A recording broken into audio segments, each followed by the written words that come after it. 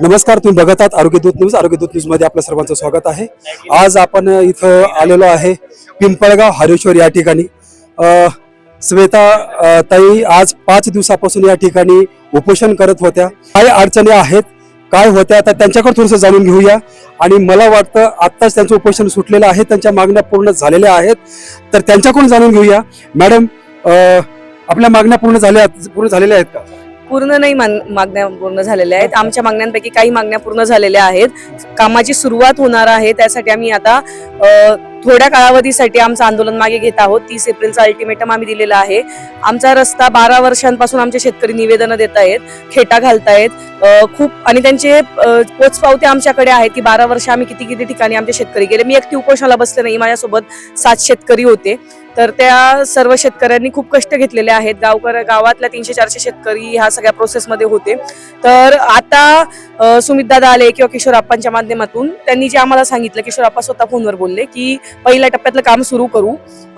त्यांनी 70 लाख रुपये मंजूर केलेले आहेत सुरुवातीच्या कामासाठी. 1.5 किलोमीटरच्या कामासाठी 70 लाख रुपये आले. आमचा 5 किलोमीटरचा रस्ता आहे, तर आम्ही 1.5 किलोमीटरचं काम ते लवकरच सुरू करतील असं त्यांनी सांगितलं. आणि लेखी त्याचं प्रमा जी असते ती आम्हाला दिलेली आहे. म्हणून आम्ही आमचं, आणि दुसरं आमची जी मागणी होती की 17 नंबरचं जो हायवेची चुकीची नोंद आहे ती दुरुस्त करावी, तर त्यासाठीचे पत्र त्यांनी आमच्यापर्यंत पोहोचवलेले आहेत, पुढे पाठवलेले आहेत.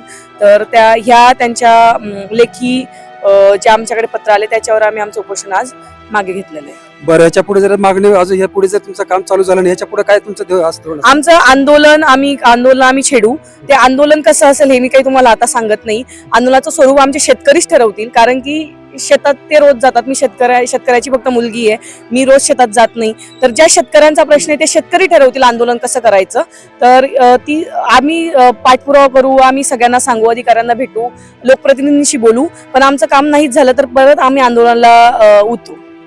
ठीक आहे. आज 5वा दिवस आहे. ताईची तब्येत आज खूप खालवलेली आहे, त्यांना म्हणजे आज आवाज निघत नाही त्यांचा.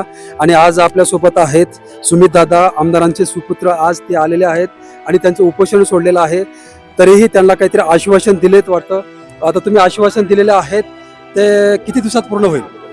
खरं तर आश्वासन नाही तर डायरेक्ट मान्यता प्राप्त करून दिल्याची प्रत मी ताईंच्या हातात दिली. त्यामुळे आश्वासन नाहीये, हे पूर्णत्वाकडे नेण्याचा हा काम आता चालू झालेलं आहे. मी, माझी भगिनी, पिंपळगावची माझी ताई श्वेताताईचं मनापासून अभिनंदन करतो की असं कोणीतरी गावातून पुढे आलं की आम्हाला, आमच्या सारख्याला सुद्धा चांगलं वाटतं की असं कोणीतरी गावातून आहे जे त्यांच्या गावाच्या समस्यासाठी ठामपणे उभं राहतं. आणि ताईच्या सहित मी गावकऱ्यांचंही मनापासून अभिनंदन करेल की पूर्णपणे ठामपणे ताईच्या मागे ते उभे राहिले. आणि आज ताईचं नक्कीच सगळ्यांनी दखल घेत आज जो रस्त्याचा विषय मार्गी लागला आहे, नक्कीच येणारा काळ तो चांगला कसा करून घेता येईल तर आमचा आमदार किशोरप्पा पाटील यांच्या माध्यमातून प्रयत्न असेल. खरं तर जिल्ह्यात नव्हे तर उत्तर महाराष्ट्रात ज्या तालुक्याचं नाव होतं की अशा तालुक्यासारखा विकास झाला पाहिजे, ते म्हणजे आपला पाचोरा भडगाव तालुका. किशोरप्पांचं नाव प्रामुख्याने घेतलं जातं जिल्ह्यात, तरी प्रामुख्याने नाव की किशोरप्पांचं घेतलं जातं की काम कोणासारखं असावं तर किशोरप्पा सारखं असावं. नक्कीच ताईला किशोरप्पांचं काम काय असतं हे दाखवून देण्याचा नक्की प्रयत्न येणाऱ्या काळात आमचा असणार आहे. 100% ताईंच्या मागण्या रास्त होत्या. मी स्वतः ताईंच्या मागणीवरून रस्त्याची पाहणी केली. अतिशय खराब रस्ता होता. ताईची मागणी अत्यंत रास्त होती आणि ताईच्या साठी, पूर्ण शेतकऱ्यांसाठी त्यांचे हाल येणाऱ्या काळात होऊ देणार नाही, ही शब्द या निमित्ताने देतो. पुन्हा शेतकरी असं उपोषण बसणार नाही असं तुम्ही गवाही द्याल? जसं ताईने सांगितलं की आम्ही येणाऱ्या काळात जर आमच्या मागण्या पूर्ण नाही झाल्या तर उपोषणाला बसू. मी सुद्धा तितकाच हट्टी आहे. ताईचं काम कसं पूर्ण करून देता येईल, ताईला उपोषणाला कसं न बसून देता येईल, मी सुद्धा तर हट्ट आमपा साहेबांकडे मागणार. आताच आपल्या आमदार सुपुत्रांना सांगितलेल्या ताईंना पुढे कधीही उपोषण करू देणार नाही आणि शेतकऱ्यांना सुद्धा आम्ही कधीही उपोषणाला बसू देणार नाही असे आमदार आपले सुपुत्र सुमित दादांनी सांगितलेलं आहे. आपल्यासोबत आहेत हे गावकरी. तुमचं काय थोडक्यात म्हणा? मी उपोषण करता उमेश बाबुराव बडगुजर. आम्ही या रस्त्याच करता 5 दिवसाचं ते अमरण उपोषण मांडलं होतं, ते सार्थक आप्पांच्या वतीनं आणि या ताईंच्या वतीनं पार पडलेलं आहे. यासाठी सर्व शेतकरी बांधवातर्फे मी सर्व शेतकरी बांधवांचं अभिनंदन करतो. धन्यवाद. सगळे शेतकरी खुश आहेत. सगळे आज जेवढ्या लेडीज बघतो 4-5 दिवसापासून या ताईच्या आजूबाजू ते गवळणी गाणे म्हणत बसतायत. पण त्यांची तब्येत खालत होती. त्यांना असं जाणवलं नाही की आपण कुठेतरी एकटे बसलोय. अख्खं शेतकरी इथं बसलेले होते आणि इथं सुमित दादा आल्यामुळे आज उपोषण सुटलेलं आहे. 100% गवाही दिलेली आहे.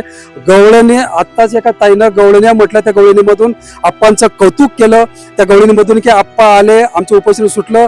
आणि शेवटी आमचं सुमित दादानं सुद्धा ते शेवटी गवळण म्हणून त्यांच्याच आवाजामध्ये गवळणीमध्ये सांगितलं की तुमचं पूर्ण काम होईल.